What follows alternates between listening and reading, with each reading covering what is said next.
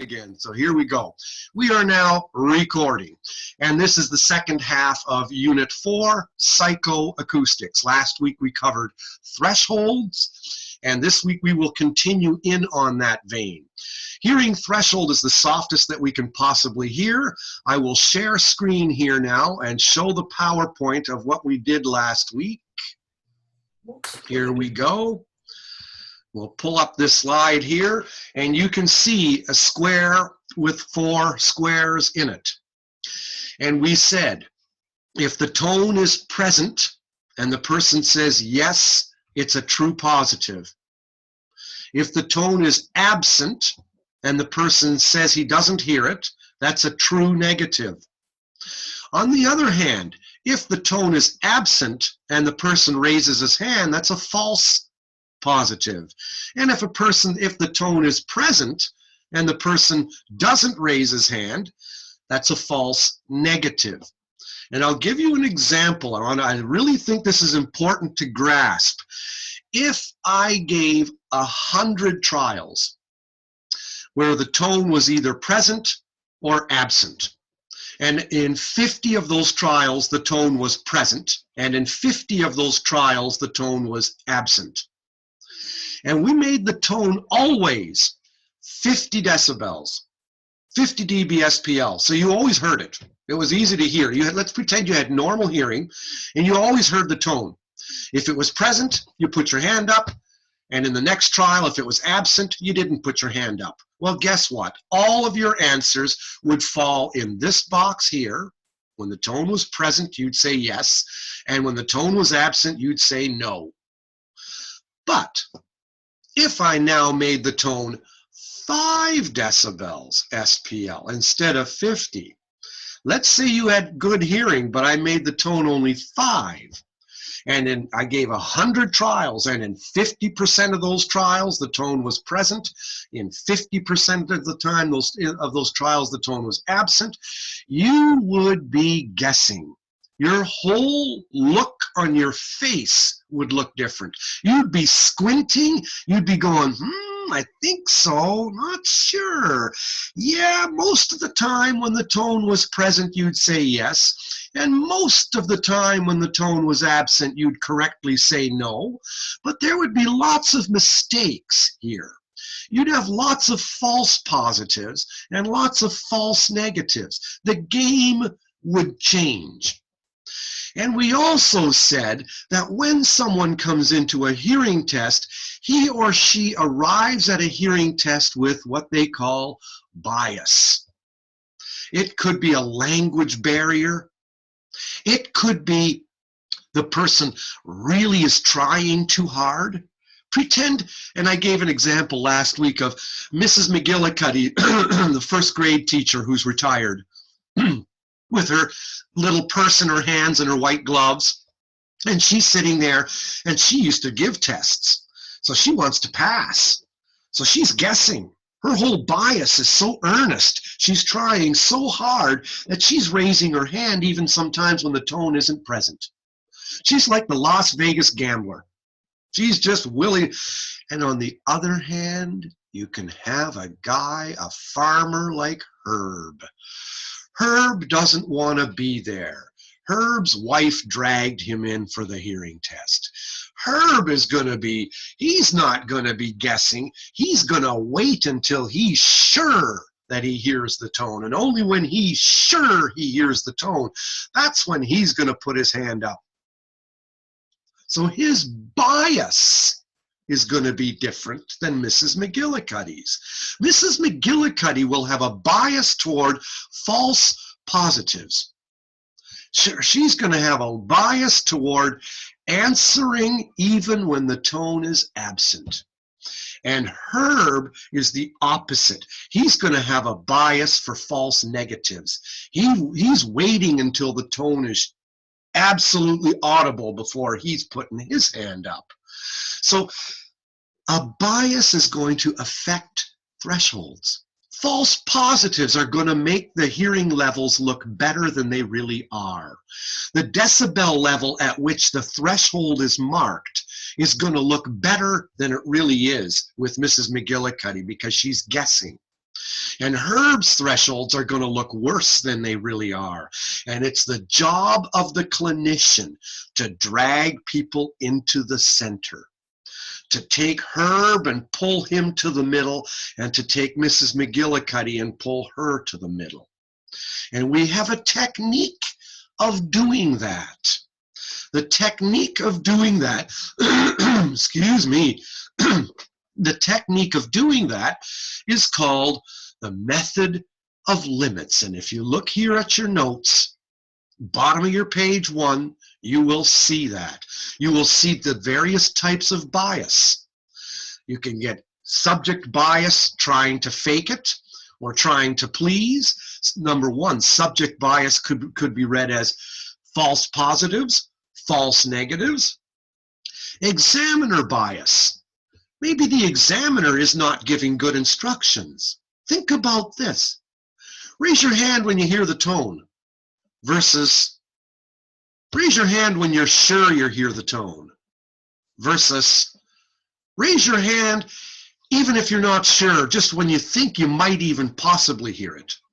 You're going to get different answers depending on the instructor's instructions. And so what I always do is say, raise your hand. You're going to hear tones that are going to get really, really soft. Raise your hand anytime you hear them, even if it's quite faint, because we want to find out the softest level you can hear. Okay? All right, here we go. That's how I give instructions. So, but you got language barrier. What if your client is Chinese? And now you've got to go through an interpreter or through the son or the daughter to translate. And you know what happens at the game, at the table game, when the story gets changed around the table, when you tell the same story? You get stimulus parameters. Maybe you didn't hold the tone bar down long enough when you were presenting the tone. Environment can ruin things. And the environment is the background noise. Maybe there's too much noise and it's not quiet enough under the headphones. Maybe the equipment is not calibrated completely. These are all factors that can screw up a hearing test. The job of a hearing test, and I will stop sharing here, the job of a hearing test is to get rid of the noise. And by the noise, I mean the bullshit. I mean the listener's crap, what he or she is bringing to the table. False positives, false negatives, poor instructions, uncalibrated equipment, noise in the room. It can be anything. Well, here's the technique that we now use in order to test hearing, and it's called the method of limits. And it's a good way to get around bias. You've got various methods. Method of limits, I'm pointing here. You see your notes here.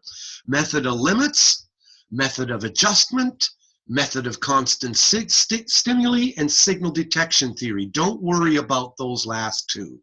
All I want you to know is the first two. Method of limits. This is what we use in clinic today.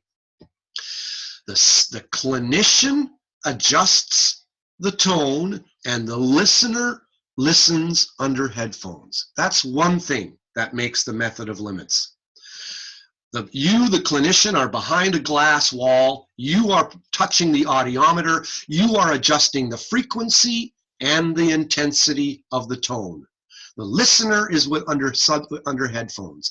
The second thing about method of limits is I'm adjusting the tone in specific increments, in 5 dB increments, or in 10 dB increments, or in 1 dB. What am I adjusting the tone by? We tend to adjust the tone by 5 dB increments. That's the second thing about method of limits, okay? Now, method of adjustment is different. That's when you're at a job site and maybe you are adjusting the intensity of the tone. You're adjusting it yourself. That's method of adjustment. We don't do that. The HIS measures hearing by way of the method of limits. Okay? Now let's go down here and you'll see something called the Hewson-Westlake ascending descending procedure. Now think about this carefully. I'll stop sharing for a second here. If I gave you a 60 decibel tone and you raised your hand, and then I made the tone 50 decibels and you raised your hand, and then I made the tone 40 and you raised, and then 30, and went down in 10 dB until you couldn't hear it anymore. Or maybe I went down in 5, 60, and then 55, and then 50, and then 45, until you didn't hear it anymore. And then I marked the softest level that you heard it, I marked that as your threshold, okay? Now let's say I started from 0 and I went up by 5 and up by 5 and up by 5 until you heard the tone. Which one is going to give me the best hearing threshold? If I went down, down, down, down, down, or if I went up, up, up, up, up until you heard it. Which one? Yeah, down. You're right, because you knew what you're listening for. You've heard the tone already, so now you know what you're listening for. If I'm going up from scratch, you don't know what you're listening to. So we use a combination of these two procedures. It's called the Hewson-Westlake ascending descending procedure. And we go down by 10 until you don't hear it anymore. And then we go up by 5 until you do. And then we mark that level. Then we go down by 10. And then we go up by 5. And 2 ascending responses at the same decibel level. That's your threshold. So for example, if I started at 50, you raised your hand. I went down to 40, you raised your hand. I went down to 30, you didn't hear it. I went up to 35, you heard it. I'll go down now by 10 to 25, you didn't hear it. Up by 5 to 30, you didn't hear it. Up by 5 to 35, that's the second ascending response at 35. 35 is your threshold. It's always like that. I'll do another example. Start at 50. I'll stop sharing here. Start at 50. You heard it. Went down to 40. You heard it. Went down to 30. You heard it. Went down to 20. You didn't hear it. Up to 25. You didn't hear it. Up to 30. You heard it. That's 1. Down to 20. You didn't hear it. Up to 25. You heard it. Uh-oh. Now you got 1 ascending at 25, 1 ascending at 30. What do you do now? Oh, better go down by 10, because you heard it at 25. Go down to 15, didn't hear it. Up by 5 to 20, didn't hear it. Up by 5 to 25, you heard it. 2 ascending responses at 25. There's your threshold. Next page, page 2. Now we're done our review. That's where we got to last week, okay? I always like reviewing. I think reviewing is good. And that's just sinks it in there. The top of page 2 talks a little bit about something called minimal audible field and minimal audible pressure. Now, when we think back to first half of the semester, what's 0 dB SPL? And we said 0 dB SPL was the softest it took for a normal hearing human to hear a 1,000 hertz tone at 1 meter distance from a speaker with 2 ears. And we'll read our notes here. MAF, thresholds with subject facing a sound source, listening with 2 ears in an anechoic chamber. That means a soundproof room. So here we go. That's exactly how we did that. How we defined 0 dB SPL, the softest it took to hear a 1,000 hertz tone at 1 meter distance with 2 ears. Okay, we mark that as 0 dB SPL. Now let's play that same game with 2,000 hertz. Softest it took to hear. Now let's play that same game at 4,000 hertz. Now let's do the same thing at 8,000 hertz. Now let's do it at 125, 250, 500. Now we've covered all the 7 octave frequencies of the audiogram, because the audiogram has 7 different frequencies. So, all right, we'll go over here. I'm going to show you the audiogram here.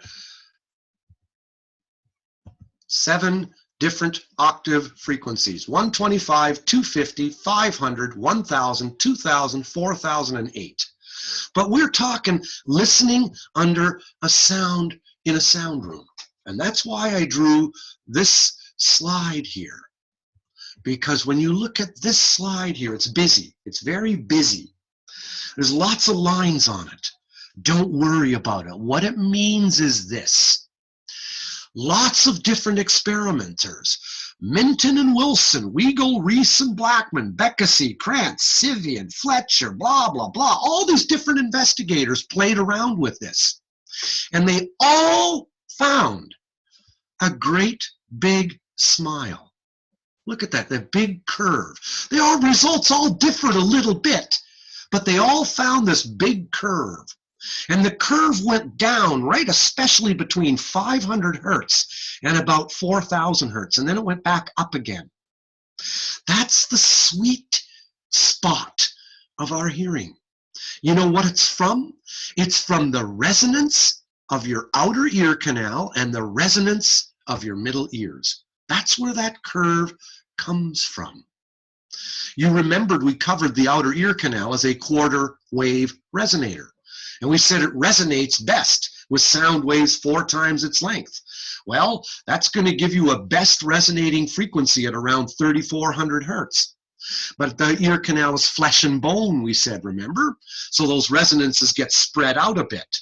But the middle ear ossicles also have a resonance. They resonate around 2,000 hertz. Middle ear, your middle ear system resonates around 2,000 hertz. It also resonates around 900 hertz. And there's also a bit of a resonance around 1,100 hertz. So you put all these resonances together, and you're going to end up with a sweet spot. Okay? So what is this telling you? Look carefully and look at me also at the same time. It's telling you that more decibels were required to just barely hear the very low pitches. Fewer decibels were required to hear these pitches where my cursor is. And more decibels were required once again to hear the higher pitches. Okay, let's go to the next slide. Because the bottom curve on this slide is showing you the same thing. It's showing you that the clumped up, all the other results stuck together. Don't look at the middle curve. Don't look at the top one. Just look at the bottom one. See how that curve is again? That bottom curve looks something like all of these, doesn't it? So let's talk minimal audible field. Look at where the line touches 0. See that? Right at 1,000 hertz. Why? Because it was the softest it took for a normal hearing human to hear a 1,000 hertz tone at 1 meter distance with 2 ears. And that's why it's right at 0. Remember, we called that 0. You get it? Good. Now we played the same game at 2,000 hertz and at 4,000 hertz and at 5,000 hertz. And you can see how our hearing sensitivity got different. And then we went to 500 hertz and 200 hertz and 100. Okay, and our hearing got worse and worse and worse. Again, look at the sweet spot here. That's due to the resonances of the outer and middle ears. Now, do we test hearing in front of a speaker, or do we test hearing with headphones on? We test hearing with headphones, much like Lizzie's wearing. We don't sit people in front of a speaker. I want to be able to isolate a right ear from a left ear. So what we do is we're going to play the very same game we did in front of a speaker, but this time we're going to do that with one ear under a headphone. All right, here goes. Share screen again. When we play one ear under a headphone, looky, looky. The game gets changed a little bit. Oh, here gets that stuck screen again. Here we go. See if I can advance. There we go. Minimal audible pressure. There we go. So now we've got a curve as well. But look, the curve isn't quite as far down as the other, and it's also shorter. Look at this. We didn't go below this frequency here. And we didn't go much above here. We stuck mainly to the audiometric test frequencies, the test frequencies used on the audiogram. But look at how this curve is a little bit higher than the bottom curve. See the bottom one here, we're at 1,000 where it touches 0? Well, now look at this curve. 1,000 hertz is at around 10. You know why? Because 2 ears are better than 1. So you still have the curve, but it's kind of changed a little bit. It's raised up a little bit. And this is called minimal audible pressure, MAP. The take-home point here, and this is where we finished last week as well, this curve, and I said last week, is capital letters, underline, bold-faced, italics, large font, is this line right here, 0 dB HL. All these differences, the differences across these frequencies here, these differences are built into your audiometer. So when you're testing hearing, 0 at 250 hertz, look at that, 0 at 250 hertz, where my cursor is actually about 30, 35. It's actually 500 hertz is actually about, look at this, it's actually at about 17, something. 500 hertz is about 17. So 0 dB at 500 hertz is actually 17 dB SPL. Okay, let's go up again. You have to drive this home. 1,000 hertz. 1,000 hertz. What is this in value? If I go to the left, it's almost 10. It's like 8 or 9 or something. So 1,000 hertz at 0 dB, that's actually 8 or 9 dB SPL. That's the point I'm trying to drive home here. We don't want to test hearing and call a curve normal hearing, because otherwise we've got all these uneven decibel amounts that are called normal. And we don't want to mess with that. I'd rather call normal hearing 0. So I'm going to take my audiometer and I'm going to build in these differences in dBSPL and build them into the audiometer so that I'm going to, the audiogram, I can call 0, a flat line. And then I can go ahead and test people's hearing. Okay? That's why your audiometers are calibrated every year. You have to pay a person to come in and calibrate your audiometer. Many people go to MHS, Missouri Hearing Society, every year. They'll take their audiometers with them because there's a person at the conferences every year that calibrates your audiometer for you. So this is done, and the audiometers are calibrated to build in exactly these differences. That's what's being done. So now we've learned about minimal audible pressure, minimal audible field. Let's read it now on our notes. Okay, I'll just read with me. MAP and MAF. Thresholds with MAF first. Subject faces the sound source, listening with 2 ears in a soundproof room. Depending on the frequency, 2 ears give roughly about 5 dB better hearing than 1 ear. Sometimes it's 10, sometimes it's less. Very different numbers across the frequencies. Shows that our hearing is best between 1 and 4,000 hertz. And look at here, again, MAF. Shows our best hearing is right there. I'm just sticking right to the notes here. Due to the resonances of your outer and middle ears. Minimal audible pressure. And that's why I underlined it. This is 0 dBHL. Thresholds with subject listening under headphones with one ear at a time. Clinical audiometry. Don't worry about the exact numbers.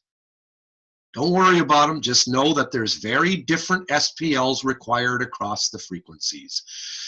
Now note the bubble on MAP between 1500 and 3000 hertz. Let's see if we know what we're talking about here by the bubble. Ah, there we go. Here's your slide.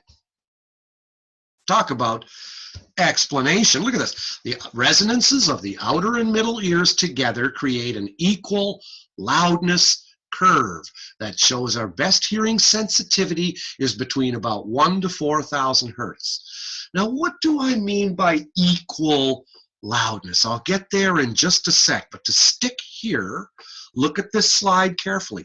Here's your resonance of your outer ear canal. Here's the resonance of your middle ear. Add this one and that one together, and you get MAF. But look at MAP. Notice how MAP has a little bit of a bubble. And you know why you have that bubble here? It's because you took a headphone, and look at me now, because I'm going to do this just to bug you. You took a headphone and you jammed it in the ear canal. And when you took a headphone and jammed it in the ear canal, you have ruined the outer ear canal resonance.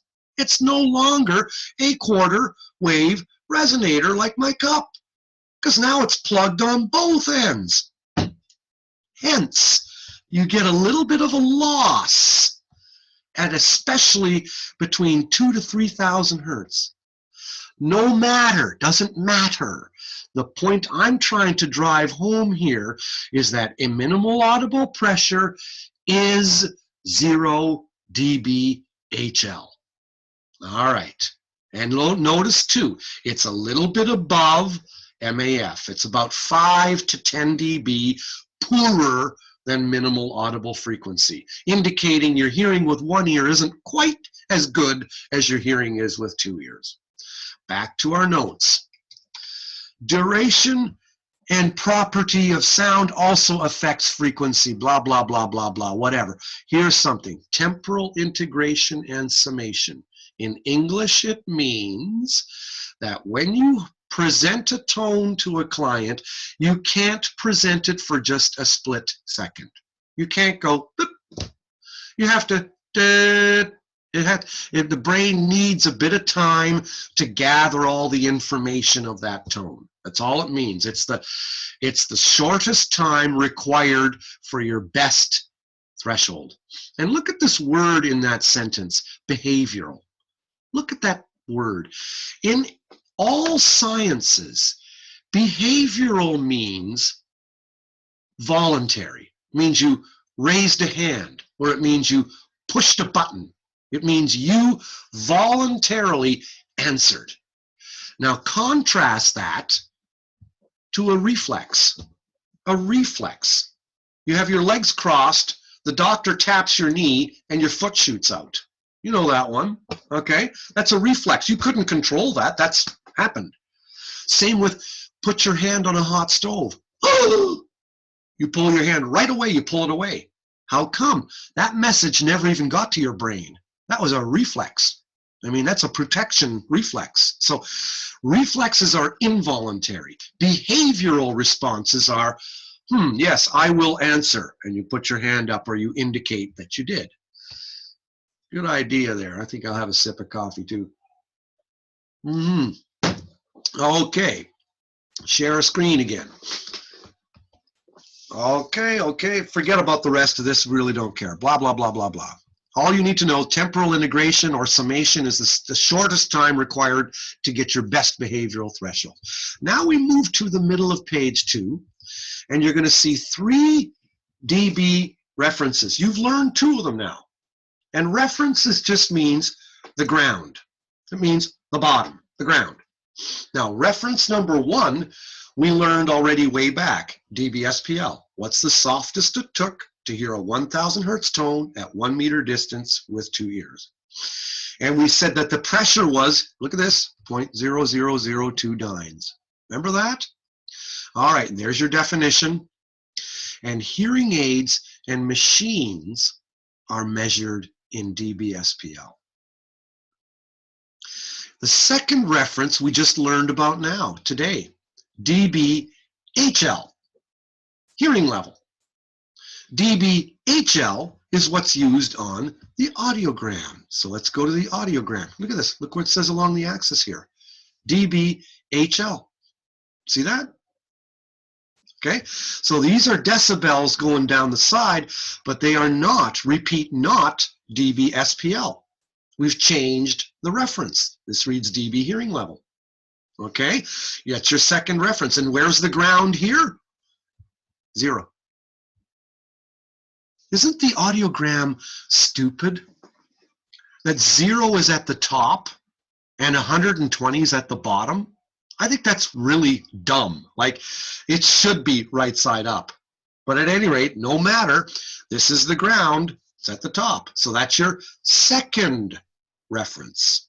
I find it confusing with the audio sim, the up and down, because like you say, it should be at the bottom, and you know, when you're having to go up further. I know. I really, you know, I like, oh, that's right, up, down. I know. Yeah, it's really dumb. I didn't make it up, and neither did anybody we know, but that's the way it's been done for a half a century. And it's just, it'll take some getting used to. I call it the ODDIOGRAM, the audiogram. It's odd. But that's, so here's your first reference is minimal audible field. And especially right there at that, right at 0 at 1,000 hertz, that's your first reference, and everything else comes from that. Minimal audible field is your first reference. And then we did minimal audible pressure.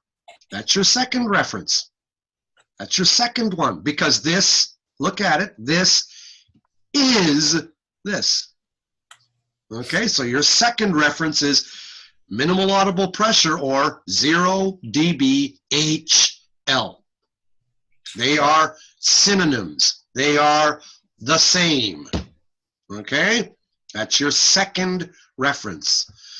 Now we'll go to your third and last reference. Your third and last reference is something known as dBSL, sensation level. SL. So now let's say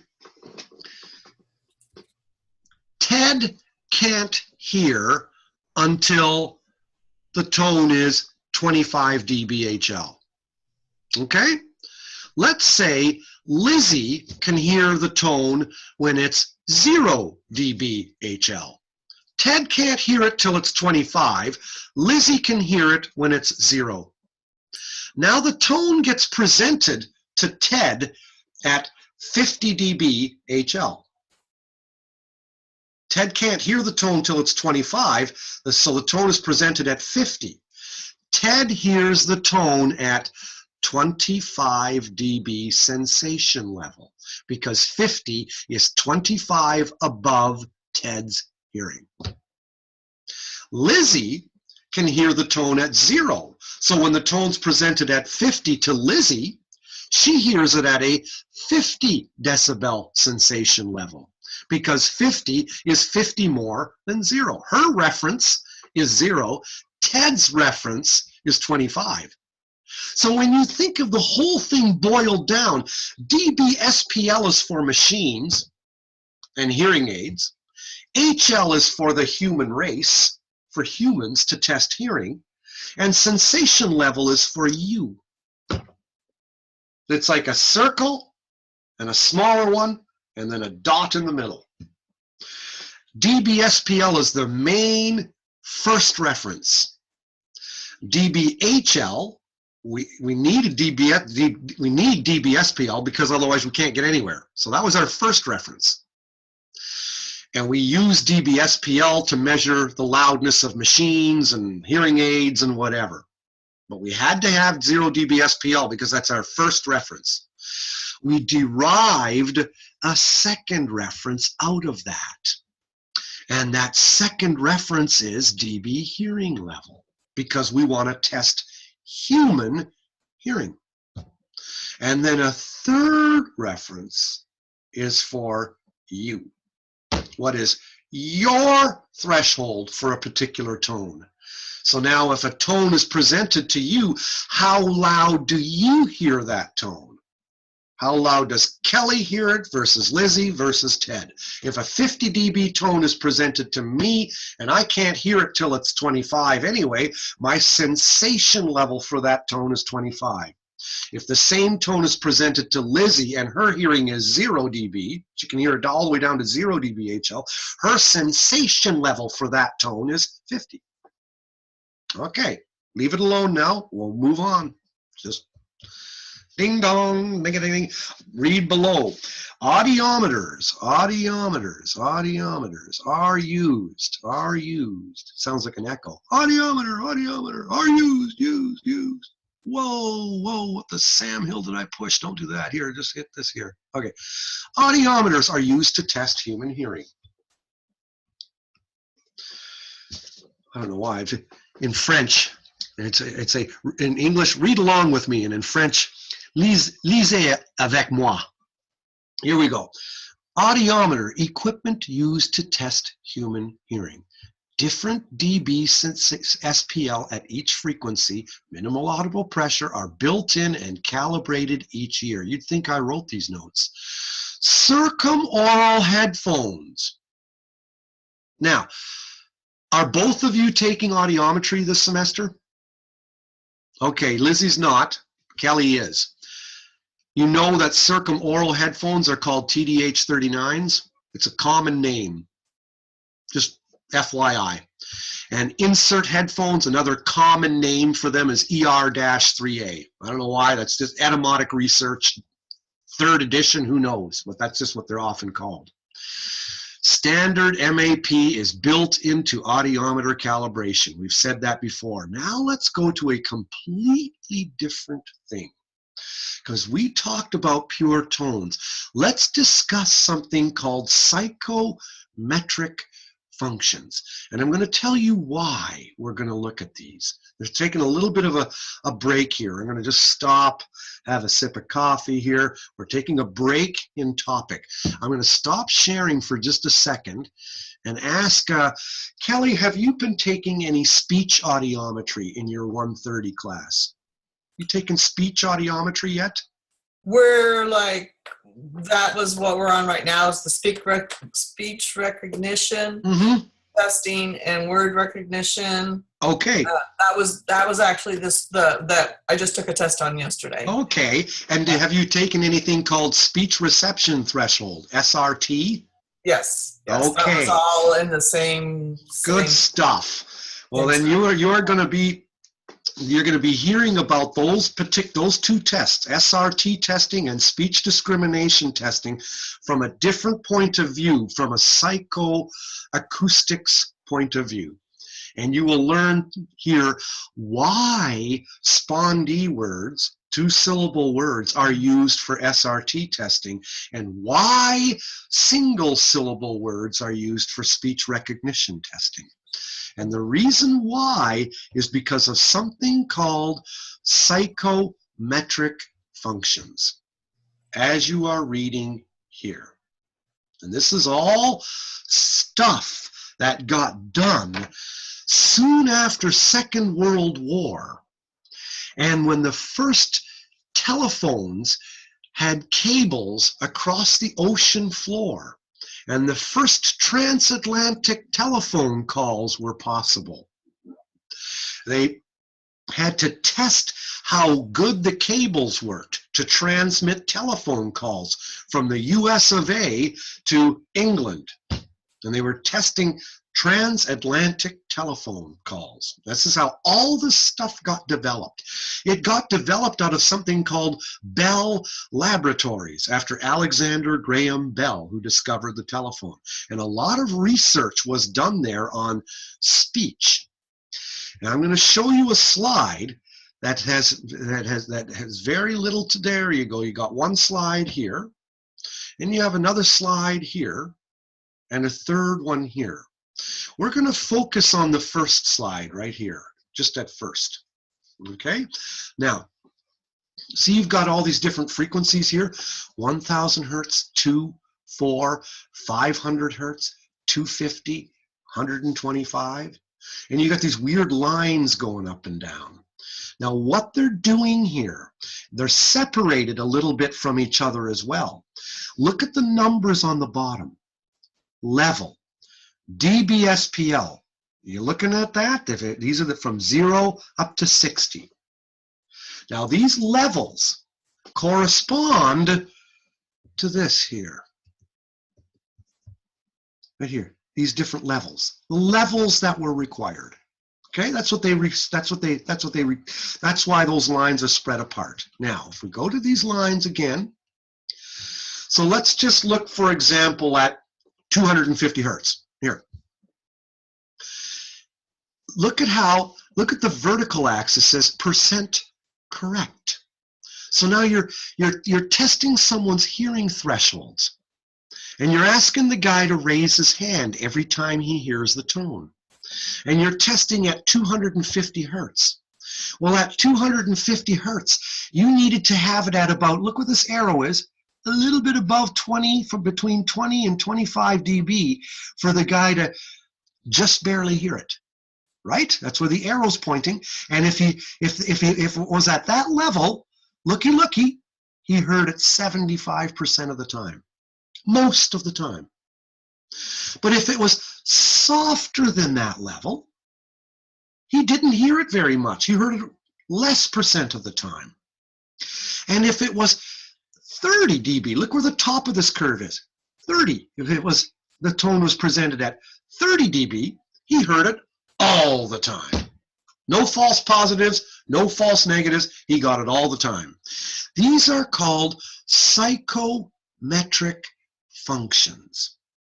Okay? And they indicate the decibel level on the horizontal and the percent correct on the vertical. And if your task is simple, the curves will be steep. If the task, look at now, and I want to describe this to you.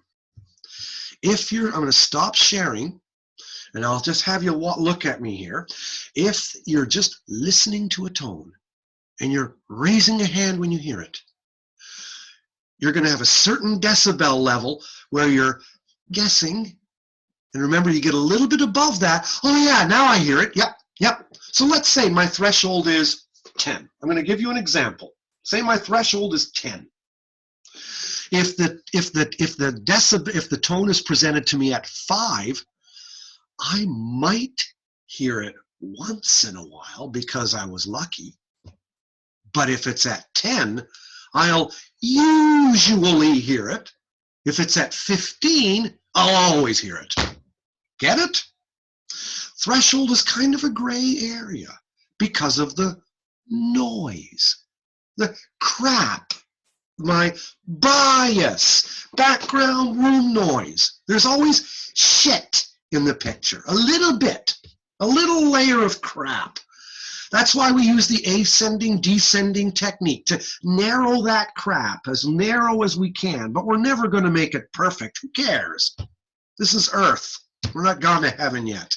Okay? So if my threshold is 10 and the tone, bless you, and the tone is presented at 5, I might hear it a couple percent of time, but usually not. If my threshold is 10 and the tone is presented at 10, I'll usually hear it, probably 75% of the time. And if my threshold is 10 and the tone is presented at 15, I'm always going to hear it. My psychometric function is going to be steep, just like the pictures show here. 125 hertz, steep function. 250 hertz, steep function. 4,000, 1,000, 2,000 hertz. Remember, the thresholds are better for those. That's why they're heard at softer levels. But by gum, the psychometric functions are steep. You are either hearing it or you're not. When you're hot, you're hot. When you're not, you're not. The line is kind of here. That's why they call it a threshold. It's like getting married and then your husband carries you across the threshold. You crossed the door. It's like you're either pregnant or you're not pregnant. Okay, you heard it or you didn't. That's the line of scrimmage. Okay, did you hear it or did you not? What side of the door are you on? That's why they call it a threshold. All right, and the threshold is never perfect. If your threshold is 10, it's 10-ish. If your threshold is 15, it's 15-ish. There's always a couple of little dB along the side. All right, but the psychometric functions will be steep. The decibel level that you heard it will be defined by a pretty steep line. Look at this. Over here at that decibel level, the guy could heard the tone 75% of the time. Right here, okay? If the tone was a little bit softer, he heard it less percent of the time. If the tone was a little bit louder, he heard it all the time. But the psychometric function was steep. Let's go to the next page. The next page, if this thing will let me. Remember we had that same crap last week? Here we go. Here's a psychometric function for spondee words that Kelly is learning in speech audiometry.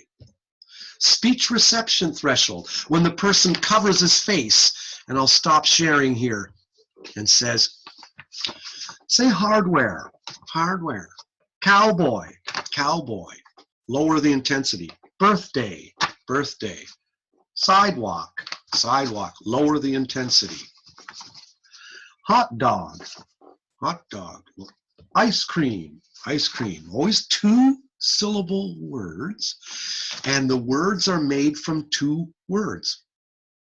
Okay, it's not like bacon, that has two syllables too. It's Earth Day or birthday or cowboy, sidewalk, ice cream, hardware. It's always blah, blah, blah. Two-syllable words with even emphasis on both syllables, and they're made from two separate words stuck together. Those are called spondee words.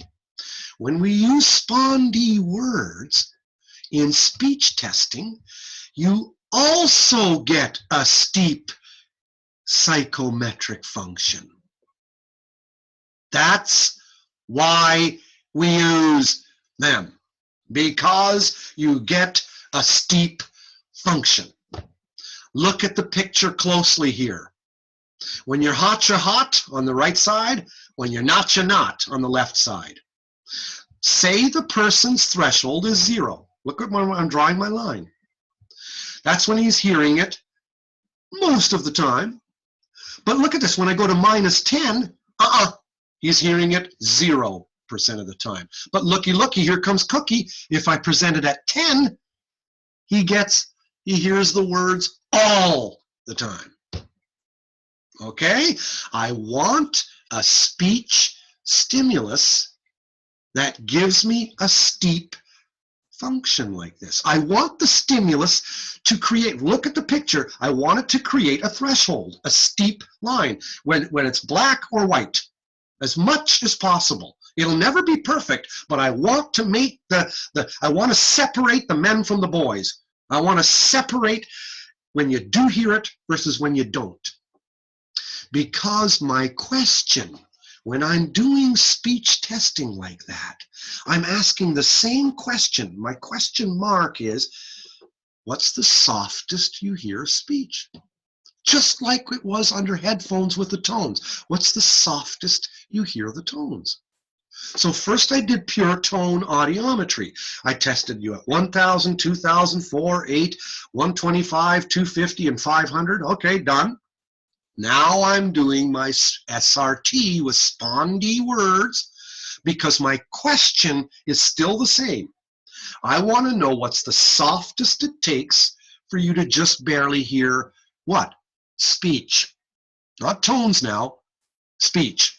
I've measured how you hear the tones. Now I want to hear, my question is, what's the softest it takes for you to hear the most important sounds of life, namely speech? Okay? That's the point here. And the only thing in speech that's going to give me a steep performance function, a steep psychometric function, the only kind of speech that's going to do that is spondy words. Nothing else is going to do it. I'll show you here. If I tried that same game with single syllable words, so we'll move a slide down here if my stupid computer will let me. Okay, here's the next picture. Psychometric function for one syllable words. They call them phonetically balanced. Do you see this slide here? Why do they call this? What this Kelly, did they teach you this so far in 130? What phonetically balanced meant? Well, they kind of went over it with, because we have the word recognition list. Yep. The phonetically balanced. Got it. I'll tell you what it means here in one sentence. Okay. Phonetically balanced means that the list of words contains all the sounds of English, all speech sounds we make in English. So that list of words contains all the sounds we make in English, that's the first part, in the proportion in which they are found in English. So the word list contains all the sounds in English in proportion to the amount in which they are found in English. Let's say the letter S. What percent of average English is the letter S used? What percent of English is the letter O used? What percent of times is the letter P used? So those lists were carefully checked out. I mean, they didn't just take 50 words and put them in a list. Each list is phonetically balanced. Go ahead. And that has been a dilemma that was like a discussion in the class. We have to do those online discussion things. Yep. Was on word recognition. Yeah. Some audiologists only used half lists for 1 year and half lists for the other year. Which, depending on what half of the list you're using, some of the words are harder on one half than the other. So you might have some discrimination in the test. So there's been went over different types of testing, and the one I felt made most sense to use was they have one that has the 10 hardest. And if you get all those right or only missed one, you passed it basically, because those are the hardest. That's and good. You do that in each year. And then if you miss more than if you miss 2 or more, you have to go to 25. If you miss 3 or more, then you do the whole 50. Yes. Yeah, that makes sense. That's what I did too. I just read the top of the list, and if the person got the first 10 correct, I stopped. Oh, okay. If the person missed 1 or 2, I'd read 25. I never read all the way down to 50. I never did. I would just take the answer, multiply it by 4 to get my percent out of 100. But the term phonetically balanced means that each of those lists contains all the sounds we make in English in proportion to which those sounds are found in English. And you know how they use those word lists to test telephone cables across the Atlantic Ocean. And they call them speech discrimination lists, because you're not using any context. You're not saying, see the big black cat. It's just, say the word cat. Say the word tree. Say the word up. They're giving no context. They're just testing the clarity of your hearing. You already hear the words, so I'm not testing how soft it took to hear speech, because we did that already. That was SRT testing. Now my question mark has changed. It's become not how soft can you hear, it's how clear can you hear, my dear.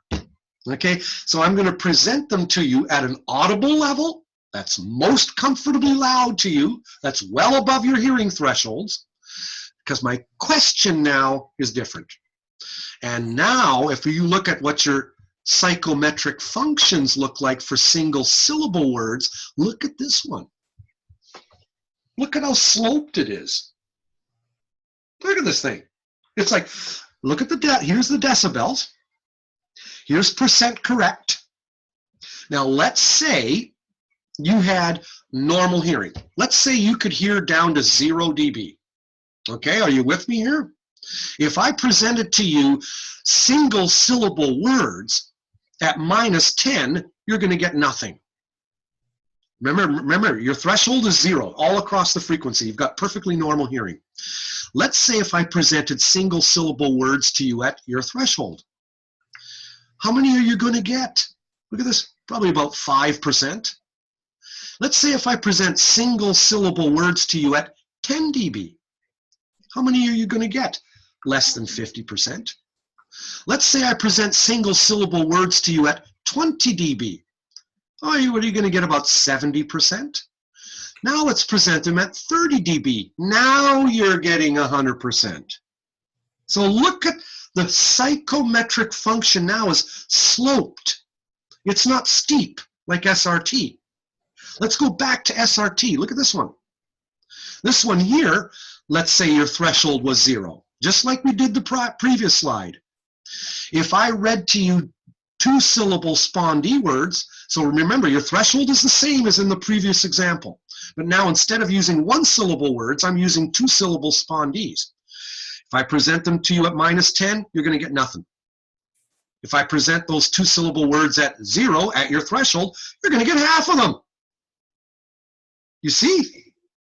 And if I present them at +10, you're getting them all. Contrast that to single syllable. You see? So single syllable words would absolutely suck at testing threshold because my performance function, my psychometric function, is a slow, sloppy, graded thing that does not separate black from white. It does not separate, did you hear it or did it not? So this function here describes why, WHY, how come we don't use single syllable words for SRT. And this function here shows you why we do use 2-syllable words to test your threshold for speech. Because when you're hot, you're hot. When you're not, you're not. Whereas over here, it's kind of, you know, doesn't separate very well. It's not steep. I'll say it another way, and then we can quit for today. Here, the decibel distance, okay? The decibel distance, -10 to +10 here. The decibel distance between getting all or bugger all is small. The decibel distance between getting all and bugger all is small. Dig? Whereas here, the decibel distance, look at this slide now, the decibel distance between getting all and bugger all is not small. It's about 30 dB wide. All right? So single syllable words are not good to use for SRT testing, for speech reception testing, to test the softest level you can hear speech, but they are great at testing the clarity of your hearing. That's why they are used. Okay, let's see how far, where are we in time? We've done just about our hour here, so that's all pretty good. And I'm thinking we should stop here. I think we're good here. This is probably good for today. We will finish off Unit 4 next week, okay? And what we're going to cover next week is differential threshold. So look at the top of page 3. So I'm going to move down here, the top. So we finished psychometric functions and speech intelligibility. We're going to here, differential threshold. We're going to cover that. And we're going to look at where I'm graying out here. This is going to deal with anatomy. We're going to talk about your ability to distinguish frequencies that are close together, because we're going to talk about differential threshold, not absolute. Now, we don't do this in our field, just so you know. I'm not taking you into territory that, oh, no, we got to do this too. No. We do absolute threshold. We use method of limits. We use the Hewson-Westlake procedure, and we test under headphones. But when you've got hair cell damage to your inner ears as you are learning, let me ask you this. Are you taking anything about the inner ear yet in anatomy in your 120? Yeah, that was what we're working on anatomy right now. All right. Ear and all the workings of it. Okay. When you lose inner ear hair cells, you lose an ability to distinguish between frequencies that are close together. Mm-hmm. You can't distinguish, you can tell this one from this one, you know, you can tell broadly different frequencies, but you've lost your fine tuning. Fine tuning, like, that's what that speech recognition does, right? I mean, yes. The word recognition. Yes. For yep. that part of it. That's correct. And you've lost, it's like your comb has about 4 teeth. You can't, it doesn't have 100 teeth, your resolution. So when you've lost hair cells, differential threshold just means, and I'm not going to go into it today, I'm just giving you a preview of next week. Differential threshold just means, what is your threshold for telling the differences between frequencies that are close together? That's all it means. Can you tell 1,000 hertz from 1,001 hertz? Or does it have to be 1,000 hertz? Does it have to be like 1,020 hertz for you to notice that there's a difference? How good is your fine tuning? And when your hair cells die, you lose that ability to distinguish between close together frequencies. That's why people hate hearing aids, because they can't separate speech from background noise as well. They've lost that frequency resolution. We'll talk about that more next week. And we'll also, next week, we'll finish off with, we will talk about binaural hearing. Why do we have 2 ears? So binaural hearing, we're going to talk, what do 2 ears do as opposed to 1? So we'll finish with that one as well next week. All right, I'll stop here. I'll stop recording. You guys all good? Or I think so. All right. We'll see you when we look at you. Live long and prosper. Adios and all that stuff. All right, I'll stop recording here. All right. Okay. You bet. Ciao. Okay.